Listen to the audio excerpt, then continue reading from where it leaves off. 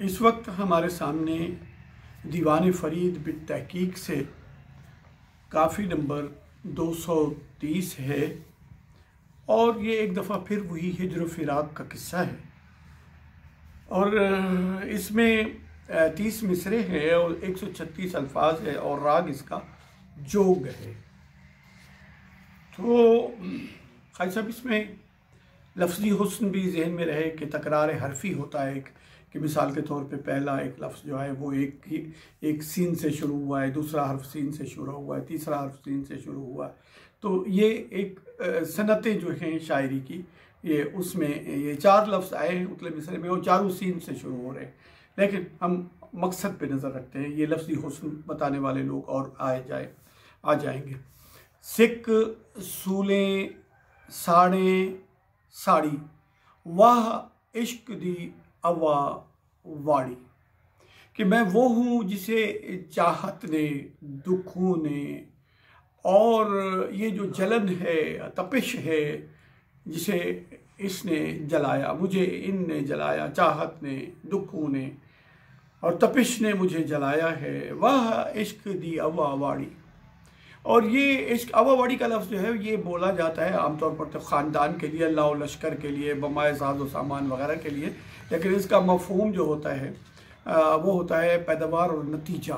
वाह इश्क दी अवावाड़ी, और इश्क ने हमें क्या नताइज दिखाए हैं ये जो हम ऊपर बता चुके हैं कि सिक सूलें साड़े साड़ी, दिल जल बल केरी कोले, दुख रग रग सोज समोले, हिक सीना सौ सौ शोले, हिन बिरहू ते दोज़ख हाड़ी।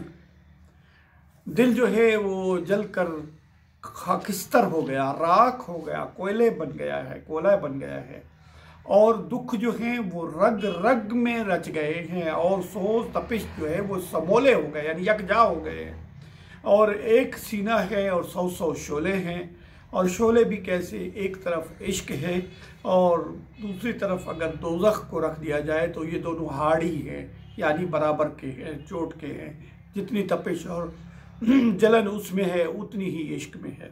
हिन बिरहू ते दोज़ख हाड़ी, जैदी अखियां मैं लात्या, कुल आस उम्मीदा लात्या, क्या फतके जेड़िया फात्या, ब्या हर कोई मारे ताड़ी। जिस दिन से मैंने आंख लगाई है उस महबूबे बेपरवाह से, और मैंने तो उसी दिन से आस उम्मीद से हाथ धो लिए थे और समझ लिया था कि अब मेरी खैर नहीं है और यहाँ से कोई हमें खैर नहीं मिलने वाली, लेकिन क्या करें, हम मजबूर थे। और क्या फतके जेड़ियाँ फातियाँ, और जो फंस गई हैं, जो उलझ गई हैं, जो किसी दाम में किसी फंदे में आ गई, वो क्या फतके यानी क्या तड़पे, वो उन्हें पता है कि ये फंदा तो खुलने वाला है नहीं, क्या फतके।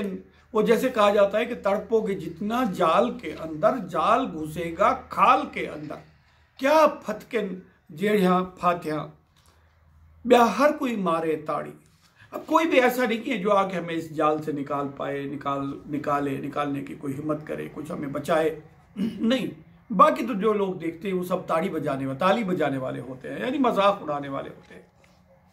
मैं करा तती क्या कारी, हिन जख्म फिटे फटकारी, मैं तपीदा, मैं दुखी जो हूँ, मैं क्या कारी करूँ, और मेरे जख्म फटे नहीं, एक तो होता है फट जाना, खुल जाना, एक होता है फिट जाना यानी बिगड़ जाना, कि जख्म बिगड़ गए हैं। और जो जख्म है वो भी कैसे, कोई आम जख्म नहीं है, बड़े कारी और जोर के जख्म लगे हुए हैं। गल काती पेट कटारी, और सिर बर्छी तबर कुहाड़ी, और गले पर छुरी गोया आ गई हो और पेट में गोया कटारी भी एक खंजर की किस्म है, गोया वो हो, और सिर बर्छी तबर कुहाड़ी, और सर पर गोया बर्छी लग गई है। तबर कहते हैं चौड़े फल वाली कुहाड़ी को, कुल्हाड़ी ऐसी जिसका फल बहुत चौड़ा हो उसको कहते हैं। ये सर में एक तबर की तरह, कुल्हाड़ी की तरह इश्क आकर लगा हमें। क्या वस हस कोले ओले, हुण फोल न दिल दे फोले, इत पेजो लहदे न भोले, गिठ सीवा डू हथ पाड़ी। क्या पूछते हो, वो हमारे करीब रहकर, बस कर, हमारे करीब रहकर, वक्त गुजार कर, हंस कर, और कुर्बतें सोहबतें अता करने के बाद ओले हो गया, यानी आंखों से चुप गया, चला गया, हमें छोड़ के चला गया। और होड़ फोल ना दिल दे फोले, तो बस दिल दे फोले, फोलन का मतलब होता है तहकीक करना, जुस्तजू करना, कुरेदना बात को। तो ये अब बात को मत कुरेदो, मत जुस्तजू करो, तहकीक न करो जो कुछ हमारे साथ हुआ है। इत पे जो अल्लाह दिन भोले, और ये मुहावरा है। भोला लहन का मतलब होता है आजमाइश करना, किसी को आजमाना, किसी को इम्तिहान में डाल देना। बस इत पे जो अल्लाह दिन भोले, गेठ सीवा डू हथ फाड़ी। मैं एक बालिश, गेठ कहते हैं बालिश को, गेठ सीवा डू हथ फाड़ी। मैं एक बालिश के मुताबिक जब चाक होता है तो मैं उसको सीने की कोशिश करता हूँ ताकि इन दुखों का मदावा कर सकूँ। तो डू हथ फाड़ी, हथ कहते हैं ये यहाँ से लेकर पूरे आगे। तो मैं अभी एक बालिश बड़ी मुश्किल से सी पाता हूँ तो वो 2 हाथ और फट जाता है, मामलात यानी बिगड़ जाते हैं।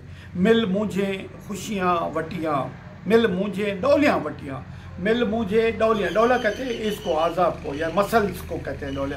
और डौला बटन का मतलब है किसी के लिए अगर डौला बटन जाए तो मतलब हमले की तैयारी करना। तो मूंझा जो है, लफ्ज़ मूंझ जो है क़ाज़ी साहब के कलाम में अगर पूरे कलाम पर छाया हुआ मिलता है दुख और फुरकत के हवाले से, तो ये लफ्ज़ मूंझ 60-70 से ज़ायद मरतबा अपने मुश्तक़ात के समय, जो उसकी दूसरी शक्लें हैं, मूंझ है, मुझारी है वगैरह वगैरह, तो ये 60-70 से भी ज़्यादा मकामात पर आता है। तो इसके बारे में हम पहले भी बता चुके हैं, बार बार बताएंगे कि मूंझ से मुराद कोई एक तरह की कैफियत नहीं है। दुख है, परेशानी है, इज़्तिराब है, उदासी है, नाकामी है, मायूसी है, ये सब मूंझ के मुश्तक़ात में से, जुज़ियात में से है। मूंझ की जुज़ियात हैं। मूंझ 2 कैफियतों पर मबनी एक कैफियत का नाम है। एक है बिछड़ जाने का दुख और मिलने की शदीद तड़प, इसको कहते हैं मूंझ। तो इन दुखों ने, ये मूंझ ने, उस इश्तियाक ने, तड़प ने, इज़्तिराब ने दोबारा अपने मसल्स जो है दिखाना शुरू कर दिया, यानी हमले की तैयारी शुरू कर दी। गई फरहत, शादियाँ घटियाँ, खुशी गई, फरहत गई, खुशी गई, वो सब कम पड़ गई।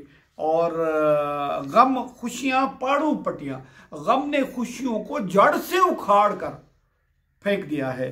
और दुख सुख दी बेख उखाड़ी, दुख जो है उसने सुख की बेख यानी जड़, बुनियाद से उसको उखाड़ के दूर फेंका है।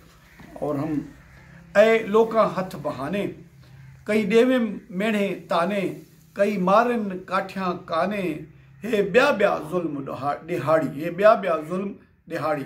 वो लोगों के हाथ बहाने लग गए हैं। हमारी इस कैफियत को देख के गोया लोगों के हाथ बहाना लग गया है कि वो हमें सताएंगे ही सताएंगे। और कोई ताने देता है, कोई तानो तशनी करता है, कोई मेढ़ा यानी उलांबा देना, किसी की इल्ज़ाम लगा कर बात करना। और कई मारन काठिया काने, और कुछ तो तशद्दुद पे उतर आते हैं, जो उनके हाथ में आता है लाठियाँ वगैरह वो भी दे मारते हैं। और हे ब्या ब्या जुल्म दिहाड़ी, और कोई एक जुल्म हो तो बात करें, हर रोज़ एक नया जुल्म होता है। ब्या ब्या जुल्म दिहाड़ी, हर रोज़ एक नया जुल्म शुरू हो जाता है। सुन यार फरीद द्या धाही, कर नाजू शोख निगाही, वल आखे सांवल साई, हे राड़ा कौन फफाड़ी। जब मैं गरिया करती हूँ, जब मैं फरियाद करता हूँ, जब मैं रोता हूँ, मेरी आवाज़ उस तक पहुँचती है, मेरी फरियादों को जिसने जुल्म किया है उस तक जब मेरी दुखों की दुख भरी आवाज़ जब पहुँचती है, फरियाद, गरिया, नाला, शेवन जब उस तक पहुँचता है, तो वो क्या करता है, वो नाजो अंदाज से शोख निगाह हो जाता है, चश्मे खशमगी हो जाता है, वो खुशमगी हो जाता है, वो नाराज़ हो जाता है इस बात पर। और वो क्या कहता है, वल आखे सांवल साई, वो जो हमारा महबूब मली जो है, जब हमारी फरियाद सुनता है, दुख भरी आवाज़ को सुनता है, तो हे राड़ा, फिर वो क्या कहता है, हे राड़ा कौन फफाड़ी। हे राड़ा, राड़ा कहते हैं बुलंद आवाज़ से बोलने वाले को, और फफाड़ी कहते हैं वो जो याबा गोई करे, फजूल गुफ्तगू करे। तो उसे हमारी फरियाद, जिसने हमें दुख दिया है, उसे हमारी फरियाद भी एक याबा गोई और फजूल गुफ्तगू लगती है, और हम उसे बुलंद आवाज़ लगते हैं। वो ये तो नहीं करता कि अपने जुल्म को रोक ले, उल्टा हमारी फरियाद पर वो नाराज़ होता है। इस तरह ये काफ़ी अपने इख्तिताम को पहुँची।